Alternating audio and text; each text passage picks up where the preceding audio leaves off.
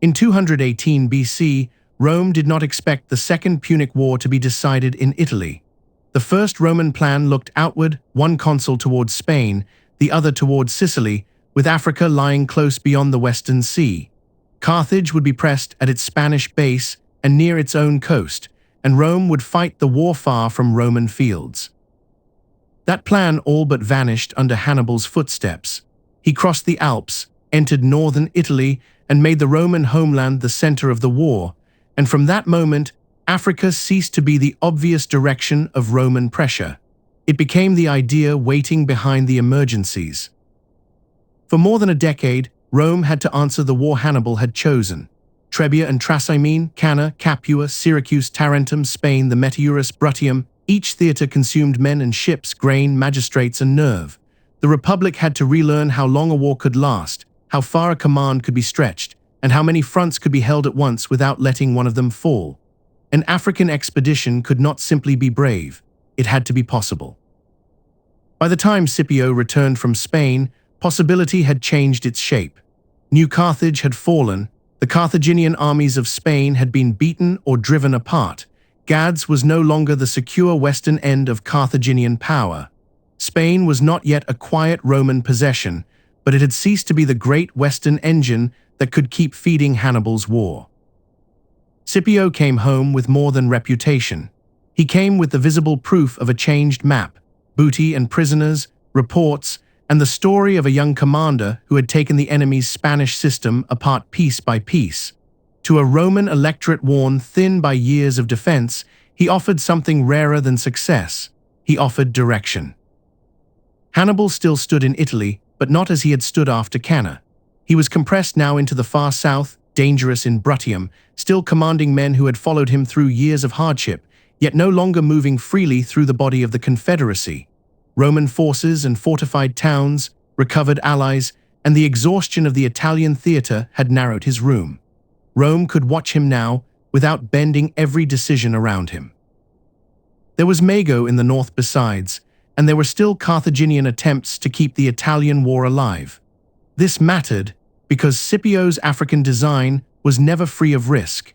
If Rome sent a great army overseas while Hannibal and Mago found a way to join their pressure in Italy, the old disaster could return in a new shape. When Scipio became consul for 205 BC, he wanted Africa. The demand was no private adventure dressed as strategy. It was the argument that the war could end only when Carthage felt what Italy had felt: enemy soldiers on the home ground, farms burning, allies shaken, and political choices forced by fear. Fabius Maximus stood against him. Later memory liked to stage the quarrel as age against youth, caution against brilliance, the delaying general galled by a rising man, and some of that rivalry was real enough. But the military objection was not foolish. Hannibal had already taught Rome what becomes of a commander who underestimates distance, supply, and an enemy's power to change the whole theater. The tradition gives Fabius a darker warning besides, that Hannibal under the walls of Carthage might prove more dangerous than Hannibal in Italy. The phrase belongs to later moral biography, but the anxiety in it is intelligible. The point was never that attacking Africa was cowardly. The point was that a bridgehead overseas could become a trap if Rome mistook opportunity for certainty. Scipio answered out of older Roman memory. Africa had been attacked in the First Punic War. Agathocles of Syracuse had once carried a Sicilian war onto African soil, and Hannibal himself had shown what it was worth to make an enemy fight at home. Rome, he argued, should not be the only great power afraid to make the other side defend its own fields. The Senate did not give him everything. The compromise was careful and very Roman. Scipio received Sicily as his province, and from Sicily he might cross to Africa if he judged it to serve the public interest. The door opened, but it was not thrown from its frame. That compromise is the center of this chapter.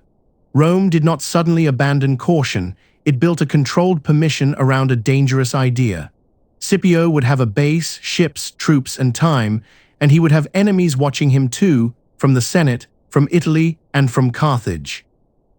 Sicily was the reason the permission meant anything. The island had been battlefield and granary, naval station, and standing Roman anxiety for years. Syracuse had been recovered after an ugly siege. Sicilian agriculture had to be revived. The western ports had to be held against any Carthaginian return.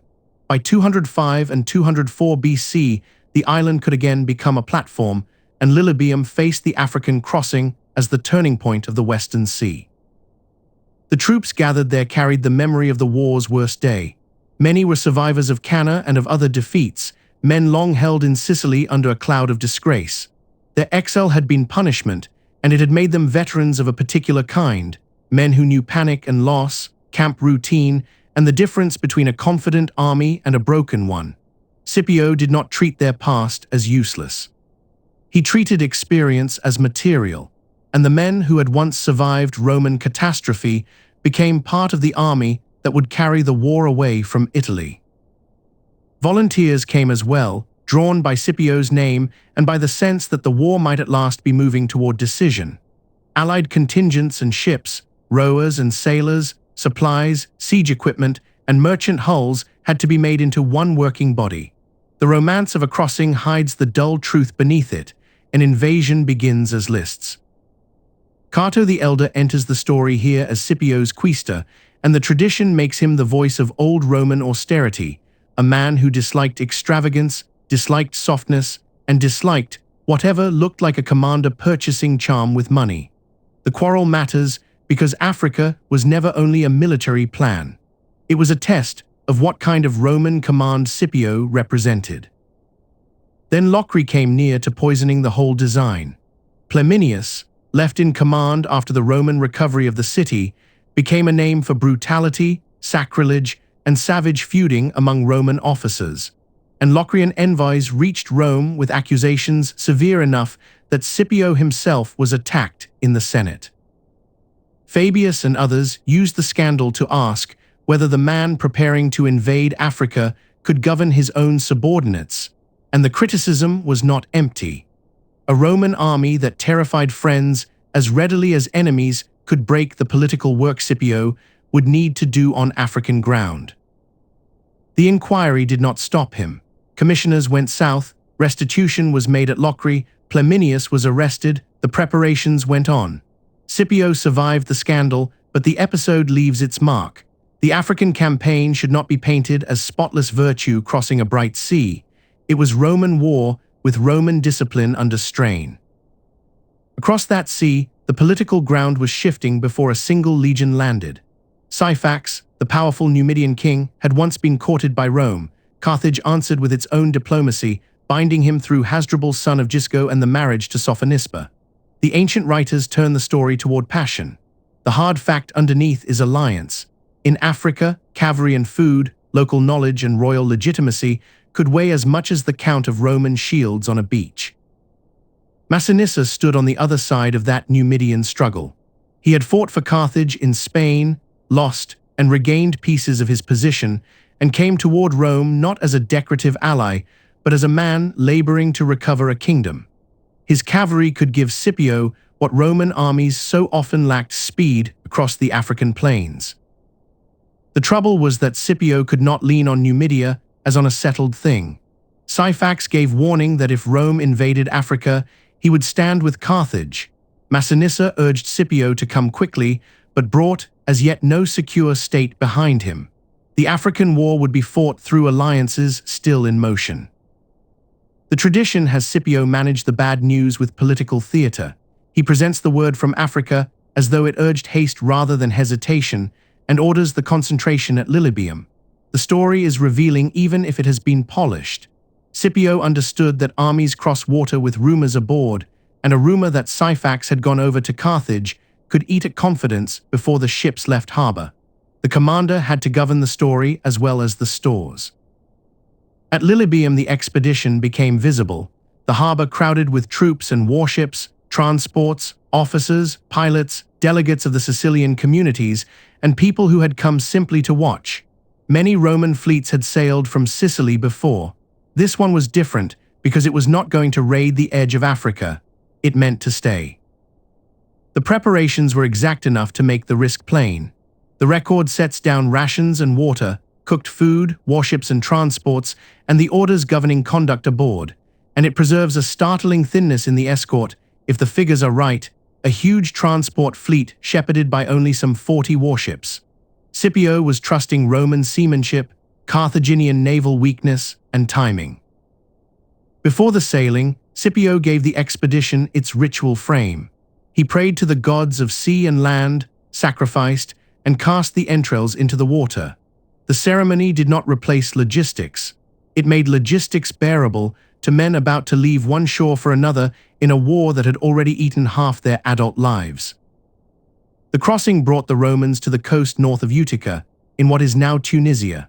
The tradition preserves confusion over weather, pilots, and landfall, and the modern reconstruction sets the landing near Cap Farina, close enough to Utica to make that old Phoenician city the first great objective. The coastline matters, for Scipio was not hurling himself straight at Carthage. He was choosing the ground from which ships and camp, foraging, siege work, and the contacts of alliance could be fitted together. And the point to hold is not heroic surf. The landing was unopposed. That unopposed landing is easy to pass over. Ancient landings often succeeded because defenders could not stand everywhere at once, and Carthage was startled by the speed with which a threat on the horizon became a Roman camp ashore. The fear that had once lived in Rome had crossed the water and now moved through Carthage. Scipio sent the fleet toward Utica and took the high ground inland. Carthage sent cavalry under Hanno to scout and harry the Roman position, and the first clash went Rome's way. Hanno was killed, the Carthaginian horse driven off, and Masinissa's arrival gave the Roman army a sharper African edge. The victory did not mean the city would fall. Scipio turned upon Utica because a secure port and base would steady the whole campaign, and the attempt failed. Walls, time, and gathering enemy forces did what walls, time, and gathering enemy forces do. They made confidence slow down. By autumn, Scipio had to choose his winter quarters. He took the position remembered afterward as Castra Cornelia, near Utica, with sea and land folded together into the camp's defense. It was not the picture of a commander sweeping on Carthage. It was the picture of a commander making certain he could survive on African soil. Supply kept the bridgehead alive. Grain came from the nearby farms, from Sicily, from Italy, from Sardinia. Clothing had to be shipped. Granaries had to be filled.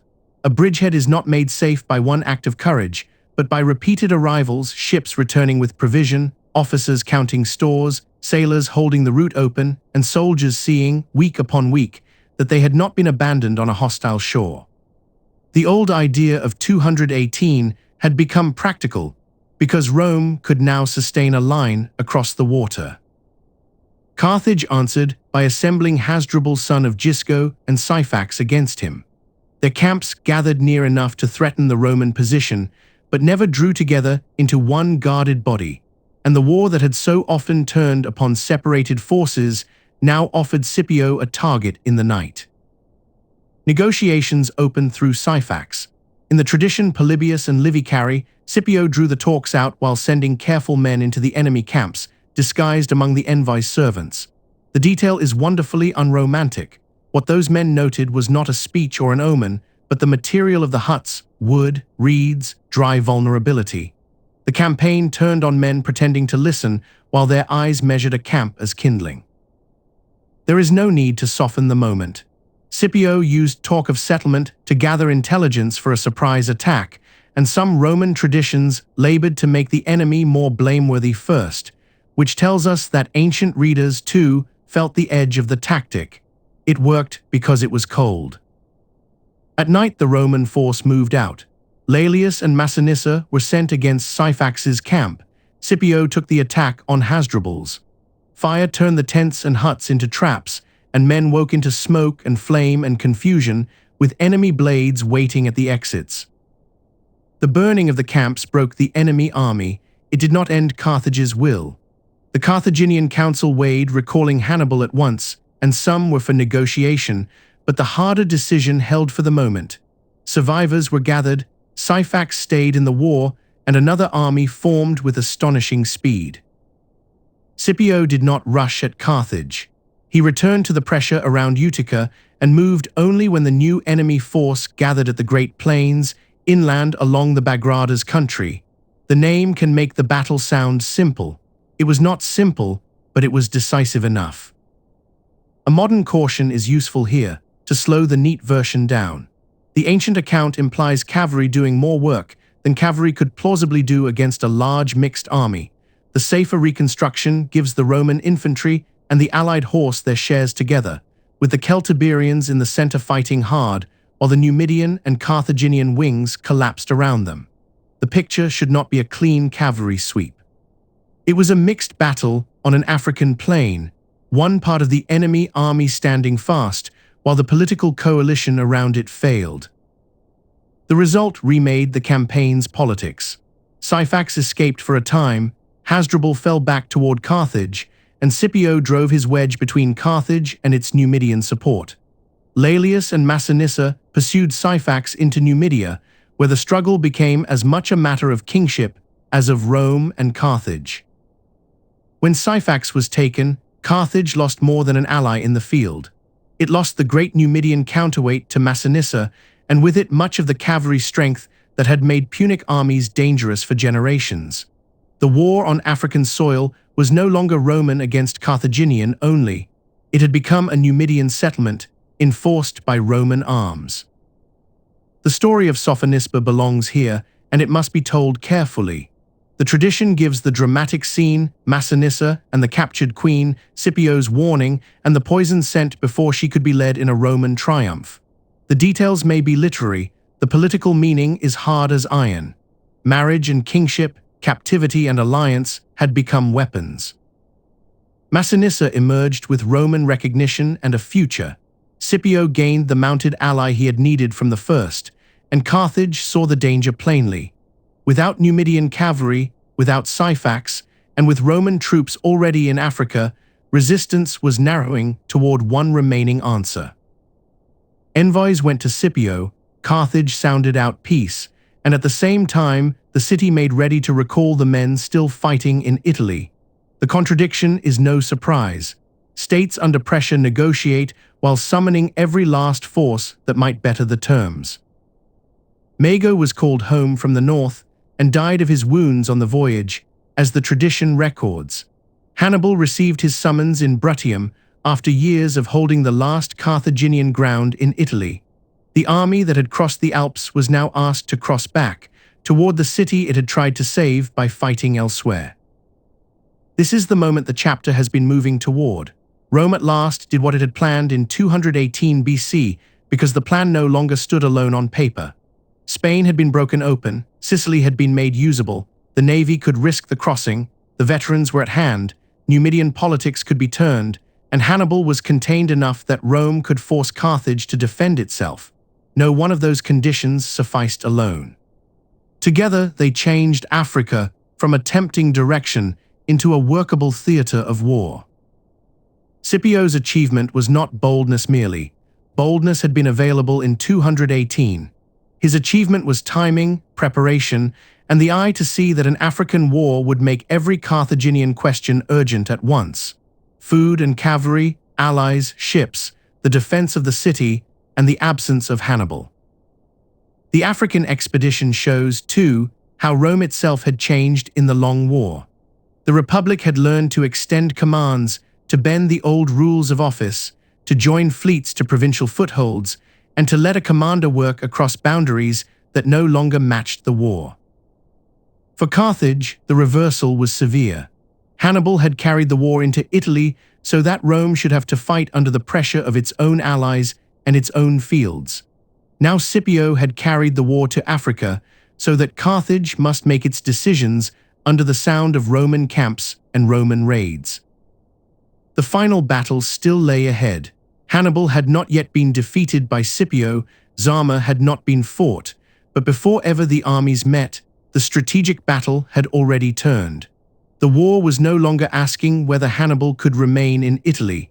It was asking whether Carthage could survive with Rome in Africa. That is why this chapter ends not with a charge, but with a summons. Hannibal, the man who had made Rome abandon its first plan, was called home, because Scipio had made that plan real at last. The next chapter begins where this one leaves him, back in Africa, facing the Roman army that had forced his return.